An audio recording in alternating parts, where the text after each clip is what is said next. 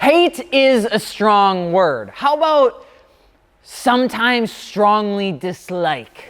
With the end of the year coming around the corner and car shows declining, we get to take a look back at some of the largest shows of the season, which are like 4 of them, and ask ourselves, why do some cities, particularly ones like the Maryland fan-driven H2O or Automotion in Wisconsin, not want them to even really occur in the first place? Why do cities just not really enjoy hosting car shows? I'm Alex at FI on Instagram, and today's episode of...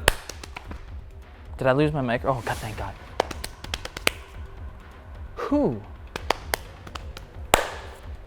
How? We're going to be talking about if that's actually true and what is probably going to happen to car shows as we jump headfirst into 2021 in a few months. Honestly, I really do believe it can't get worse. I hope it can't get worse than 2020.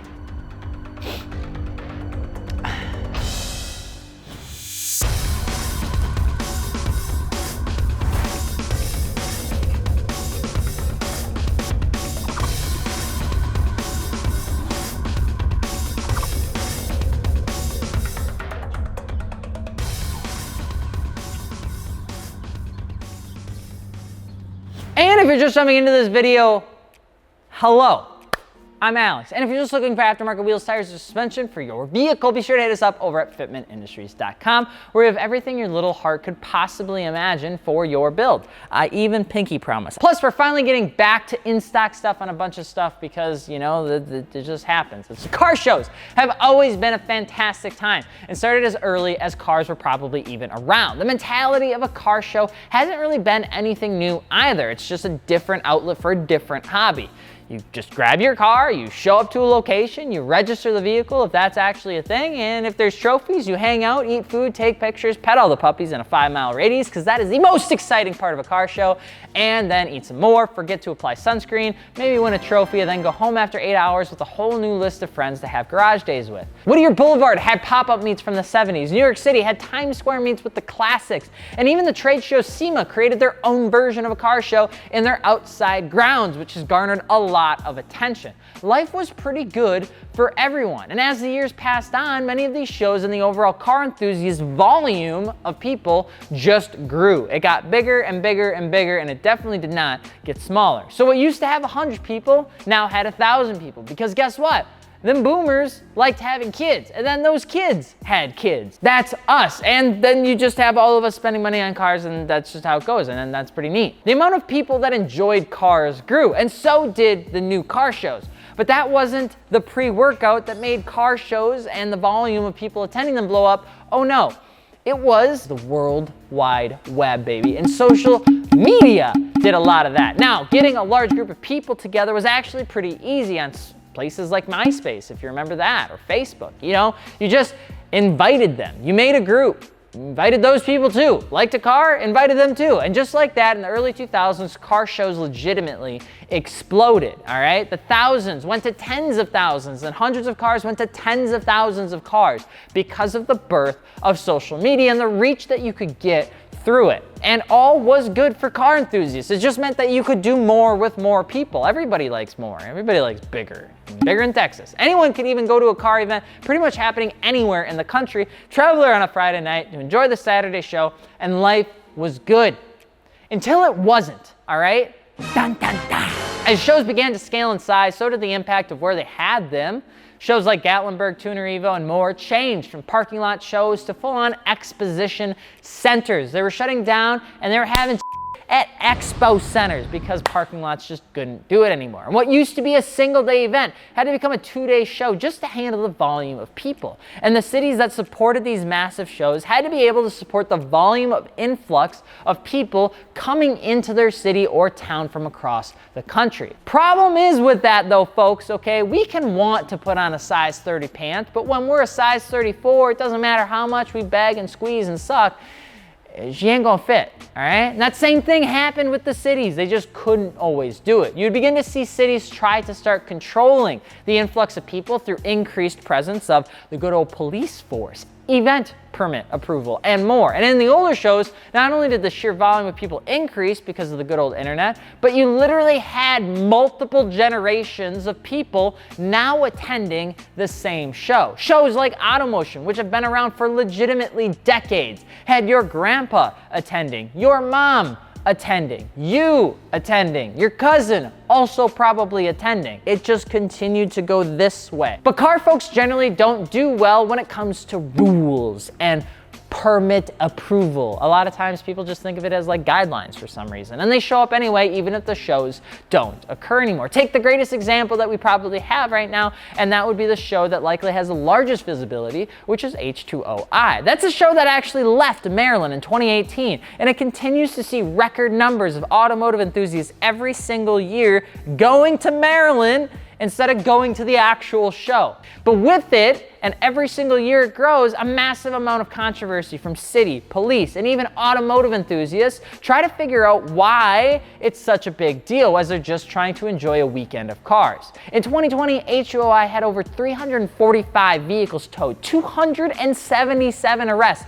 1,200 traffic stops, and 2,800 phone calls between Thursday and Sunday due to having people in the city. There's countless videos of mobs of people just in the streets with cars doing burnouts, popping off fireworks, trading hotel decor, and filming every single interaction with the police during the weekend, which is a little weird. It's not supposed to be like that. Car show is just supposed to be a car show. I wouldn't necessarily state that there's a lot of angelic behavior happening during the weekend either. But on the flip side, you had the Ocean City locked down with every possible joint force available for assistance, rerouted traffic, disbursement teams, and even a high degree of control to keep everything at bay. It felt like, and it looked like, quite literally, the online lobby of GTA 5 and just trying to host a car show. It was insane.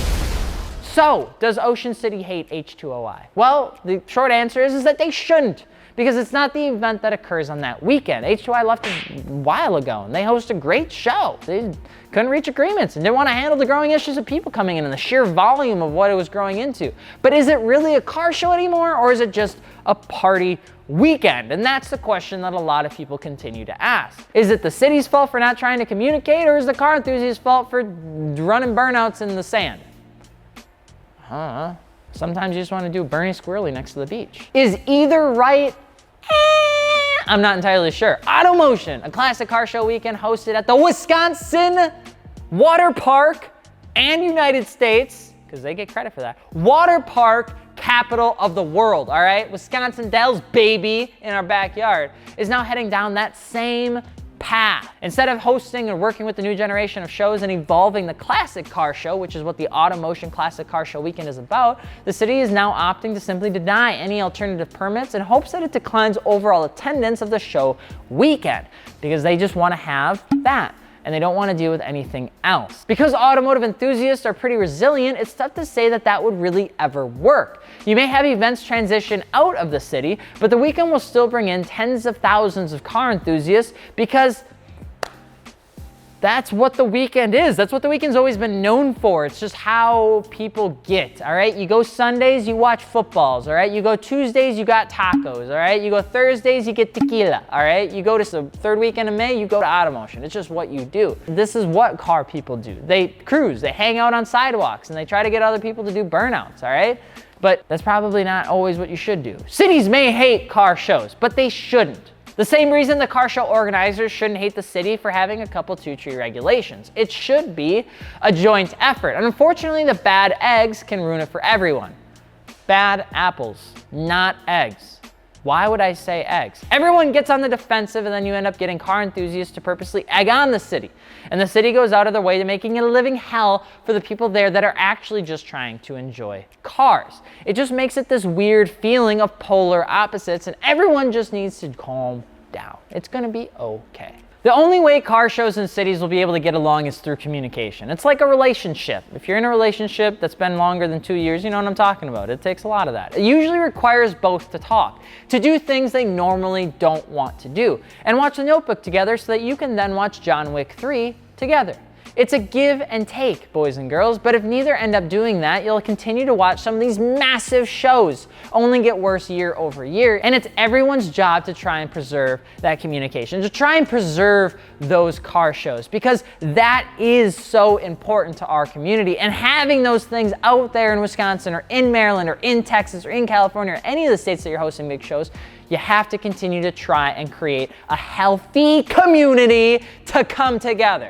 All right, but don't let the few bad stories ruin it for the great things that are happening throughout the nation that do have fantastic relationships with the cities. The shows that are ran around the world, even in the country, do fantastic jobs. Slammed Enough has great relationships with most of the cities that they run in. Iola Car Show here in Wisconsin does a fantastic job with the cities and the new generation of car enthusiasts who will inevitably take over the show as each year passes. Iola Car Show, these guys have the perfect mentality. Even our own backyard of Appleton, Wisconsin does an incredible job hosting even our shows, helping us with traffic and people stuff while we help them with organization and thoughtful planning. I mean, you can do it. And there's a lot of people out there and there's a lot of cities and a lot of states that do a fantastic job with this. Just make sure that as you're growing up, and if you are a part of a large organization, you're making bigger shows, try to talk to the city. And if you're a city person watching this, try to listen to that 18, 19, 20-year-old that's trying to host a car show, because even though they're young, that doesn't mean that they don't know what they're doing. A lot of these guys, they started learning this stuff when they were 14. Back in the day when you were like 90, okay, they didn't even have mail, all right? Horses, buggies, all right? And if you're looking for aftermarket wheels, tires, or suspension, be sure to check us out over at fitmentindustries.com, where you get everything you could possibly imagine for your car. Let us know what you think about cities and car shows, and if you think it's gonna continue to grow in the comment section below. Comment section, it's so formal. All right, why don't you just let us know what you think, all right? I'm Alex from Fitment Industries. We will see you later. Peace.